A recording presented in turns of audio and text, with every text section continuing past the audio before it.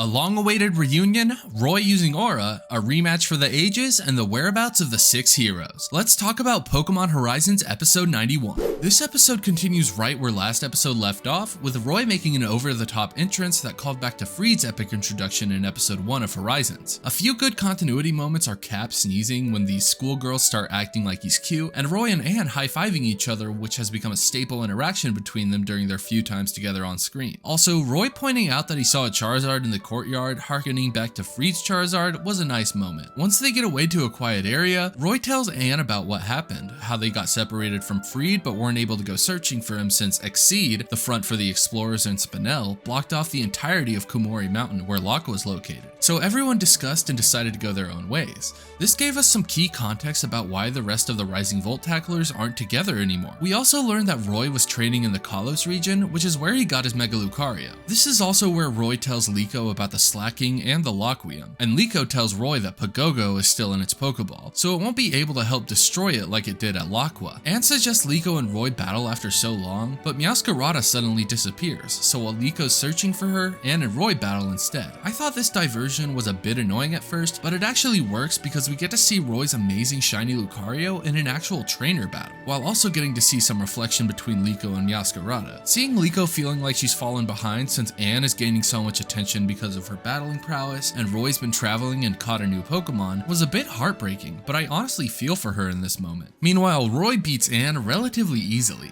which on one hand, it was cool to see his Lucario kick ass, but on the other hand, what was the point in hyping up Anne as someone who's become an impressive trainer if she was gonna get done in so easily? This leads into Roy and Liko's battle, which is a series staple matchup in Crocolore versus Meowscarada. This battle was alright, I mean, great to see it after so long in universe. I was mostly kind of disappointed with the animation here. The battle seemed super slow and Flower Truck looked so awesome against Zygarde, but was really clunky here. That being said, it was a close battle, and even though Liko lost, I'm glad she got reinvigorated from it and realized she actually has progressed a ton and hasn't fallen behind. I am somewhat curious as to why they can terrastalize in Kanto though, because I thought it could only be used in Paldea, Kitakami, and the Indigo Academy. The highlight of this episode for me though is whenever the students start sussing out Roy for being a Rising Volt Tacklers member and he doesn't deny it, showing how proud he is to be associated with them, and Liko confidently saying she's a member as well. It was just a powerful moment. The episode ends with Liko joining Roy so that they can gain back the truth about the Rising Volt Tacklers, and Spinel is revealed to have captured the 6 heroes. These 2 episodes were amazing at setting up this new arc, and I can't wait to see more. What do you think is going to happen going forward in Pokemon Horizons?